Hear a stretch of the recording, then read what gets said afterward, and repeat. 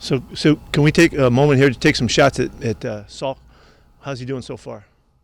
He's a little bit out of the groove on the radio. Huh? You guys all signing off on thumbs up? Wow. Wow. Yeah. You guys are a little shaky with your Zooms here. Okay, what do you got?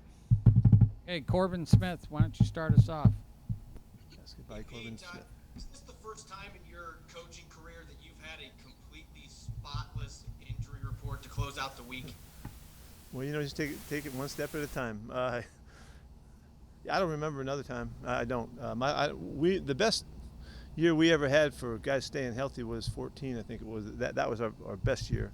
I don't remember how we started the season, so I don't know. But that's a good thing. It's a real positive, and it has to do with a lot of elements. The conditioning that the guys put forth to get ready, and then once they got here, working with our training staff and the strength and conditioning and all that, and then just and good fortune too. So yeah, it's a pretty good list right now. Bob Condotta. Yeah, Pete, staying on that, just the way you did the preseason with nobody playing in the preseason and everything, do you think that kind of played into this a little bit, having you guys totally healthy right now? I think it contributed. Yeah. I mean, you can't really say, Bobby. We don't know, but it did help us out. Today I looked at the numbers and compared to other years, and how many guys were on IR and all that kind of stuff, and last year with no games, how did that contribute to it? So it's not a real definitive science right now, but we're getting a feel for it, and we felt like it worked out well. Yeah. Maz Vita. Hey, Pete, somewhat of an obvious question, but how important is first down going to be on each of the series that you're out there to set the tone? Well, it depends. Yeah, it's always crucial if you can have a good first down on either side of the ball. It starts the sequence, in a particular fashion. But I wouldn't say first downs are the whole story, but they can be significant if you're, effective and consistent there. Because it all comes down to converting on third down. Really is really the essence of it. But are you writing a story about first down? Is that what we're saying here? Well, my thought was, if you do well on first down, you do well on third down, right? But that not necessarily though. It depends, But it's really nice to be successful and feel the momentum. It helps the play caller on either side of the ball when you're in control of the down, And when you think about defensively, how crucial the first down is. Because that's a chance to set up that sequence and get out of there on 3 plays. So it's really big, the series start first down, and more so than anything probably for the defensive side. Brady Henderson, are you on a boat? No, I wish my boat was this nice. I'm at the team hotel. What was I going to ask? I have no idea. Yeah, you said 14 might have been your healthiest season. I was just curious, how do you define that? What numbers do you look at to determine that? I think we went back to guys that were on IR and then major injuries and stuff like that occurred. We look at all kinds of different types of injuries. The soft tissue injuries and injuries that are kind of caused by an accident on the field. And trying to determine so that we can keep good track of stuff. But that was the one that we were the healthiest throughout that season. And so one of the big indicators is how many guys went on IR. Oh, got it. And is there any change to your the travel routine this year compared to last year? I hope not. I hope we can find the success that we've had on the road, I'm presented it again to the guys as the first 2-day trip that we take and how we do it and all of that.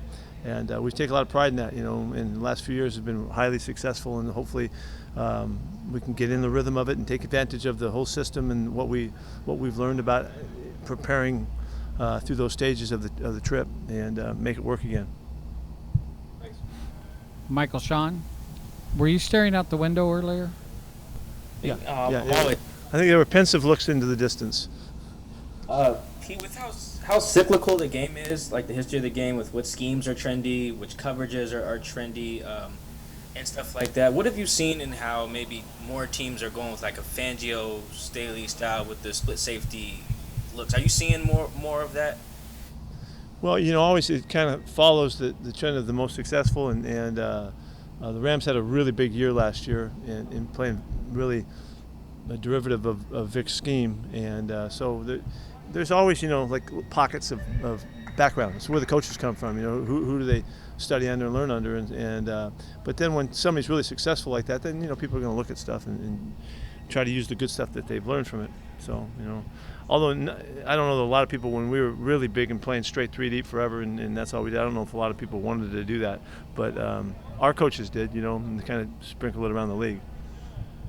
Can you tell when those changes are happening? That was an answer that was absolutely not an answer, by the way, in case you want to know.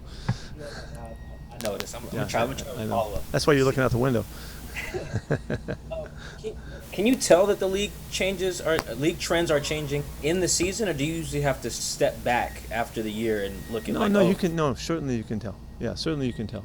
But by the use of personnel, it tells the story sometimes, and differently than they've done in the past, and it's not very hard to detect once it's happening. You got to get a couple games going though. Curtis? Yeah, Pete, I assume coming through training camp, you feel like you have a pretty good handle on what your team's going to be here, but what's something you still want to find out? I don't know. I don't know nothing. For all this time, you'd think I'd know something, but I don't know nothing. What do I want to find out? I want to find out if it all fits together. If we can play complementary ball and be balanced on offense, and stay away from the bad plays that happen on defense, and stay out of the problem areas, penalty situations. We had a fantastic season last year, penalties on special teams, which really led we had a pretty good year for penalties for our club, and those kinds of things. I'd like to see if we can control the things that are within our control. And that the primary thing is the football. Can we do a great job of taking care of it? That's what I want to see if we're on it again. It's always been such a huge emphasis for us, and so. But you don't know until you get going again. And we've been pitching and selling and practicing and all that, but we got to see how that thing bounces out there.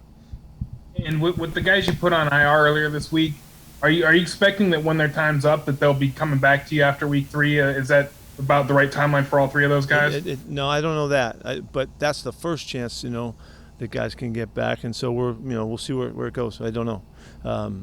We anticipate all the guys will come back. Yeah, we do.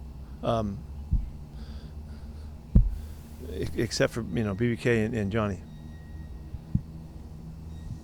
Chris Francis? Hey, Coach. Curtis is kind of right on my question a little bit. You mentioned you were curious earlier in the week about what you might see on Sunday. Are there more unknowns in this season opener than you can remember, maybe on both sides of the ball? On both sides, in the and you guys? No, I don't think it's that much different. There's always unknowns, and you got to wait and see, because the guys aren't exactly the same every year. Everything's not just, you like to say, okay, well, they do this, so that'll happen again. You don't know. You got to go out and find out. And so I don't think it's any different. I think it's exciting. It's an exciting time for people that follow our club to see how we do, and we've got some new faces and some guys in highlighted areas that are going to be able to do some really, really exciting things for our football. I think everybody should be pumped up. I'm no different than the fans in that regard. Nico? Yeah, I'm a 12. I like that. Thank you. Hey, Coach. What's up, Nate? I wanted to know, there was a lot of movement with your cornerback group, guys coming in and off. I kind of wanted to know your overall thoughts on that group going into this game. And in terms of Carson Wentz, how much can you take about what you know about him under like a new system and a new team to prepare? First off, we're in great shape. Gino had, other than the game he had to miss, he had a great offseason, a great camp for us. As good as he's ever been, and he and Russ, they just took off and flew with it. Now we've done some stuff with the younger guys to see where they fit in, and that's a developing. I thought you said quarterback. Oh, okay. Well, we can cover that too. Well, I'll finish my thought here. I just did. Okay, so with the corners, Yeah, it's been a competitive situation, and it started out that way. The offseason was, in our mind, was competitive. We're going to see how it's going to turn out, and it remains that way. It hasn't settled past the first two guys. Trey played terrific all camp and had a great camp and did everything we needed to see, and it was not as clear cut for DJ. He didn't get as much play time, but he has looked great on the practice field and has done everything that we've expected him to do. From there, the next place you look at is the nickel spot, and Ugo and Marquise they're still in competition. They both did everything we would hope that they could do, and they haven't declared who's on top of that yet. So we'll just let the comp continue. But other than that, it's open competition, and we'll see how it goes and see how these guys do, and they've been really upbeat and on it and sharp in practice and all, but it's going to take a little while to sort that thing out. A few more from his dorm room, Tim Booth. Dorm room? It's not a dorm room. It looks like it. Oh, sorry. I guess it does. It does kind of look like a dorm room. Pearl Jam. Okay. Pete, the new cornerbacks you've brought in, Bless Austin and John Reed and Sidney, how have they done picking up the system, and do you anticipate that they could contribute on Sunday if needed? There has not been enough time to really call it with Bless and with Sidney. But John Reed has done a really good job. I mean, he's had a couple weeks, so we got to wait a bit. I mean, it looks smooth as can be when they're on the practice field. They look very comfortable. Our guys have done a great job of helping them translate what we're asking from what they've done. And we don't take guys and try to make them something they're not. We try to figure out how they can fit in to our stuff with the style that they bring, and then build from there. And so. We're not making it uncomfortable for those guys to try to transition. So, and then we'll tweak and stuff as we go. But Bless has looked good, and Sidney's been all over the ball. He's made a lot of plays in practice already in a short time, so that's a really good sign. And John Reed's the kind of guy that you just automatically know that he knows what's going on. He's just a really, really smart football player. Wherever he's deployed, he fits in really well. So he made that transition really obvious and easy for us to see him. John Boyle. Pete, you talked the other day about Jamal getting kind of some freedoms in the defense that a lot of safeties would love to enjoy. How much does that maybe expand as he gets to know the defense better, his teammates around him? I imagine there's a pretty strong connection between, if he's doing one thing, he and Quandre have to be on the same page and all that. Yeah, John, it's going to be a kind of a rolling ball of information coming at us, and we're going to take the info and see what we show and what he's done, and then continue. There's nothing that we can't do. We can't do everything, at the same time. So we have to, but the kind of the palette, and we got all the colors, man. We got everything we need, and so it's going to be really fun to watch him play. I was watching some cut up this morning and watched him playing with one arm last year, and he made a sack, and knocked the ball down with one arm by his side. And I'm so grateful that he's not playing like that now. I mean, it's hard to imagine a guy playing football really with one arm. That's what he was doing, and he did an admirable job to get that done. So he's healthy and ready to go, and if we can keep him on the good side of all that, then it's going to be really exciting to watch, because he's really a difficult player to deal with. Greg Bell. Hello, sir. Sidney Jones said that he was on the right side. What was the thinking behind that? The right side of the head coach? Right corner. Oh. Right corner. Well, he might be that too. Yeah. Right cornerback. I know he played left at UW, and you've seen him at both. Right. He's played on both sides comfortably. That's just where we lined him up to start with. That's all. That's it. I got no more for you. That's it. John Reed, we kicked John Reed to the left side, and so we right now there's not enough information for us. I'm not worried about what they've done when they've done both. So they're just starting out. We'll figure it out as we go. But if he hadn't torn his Achilles, it's revisionist history, but was he in your draft plans? Oh, we really liked him. Yeah, their coaches loved him so much, and they had given him such great reports that we were really excited about him, and so that's why it was quick for us to just jump on it when we had a chance to get him, because we had great reports on him. He's full speed. He's back. He's recovered.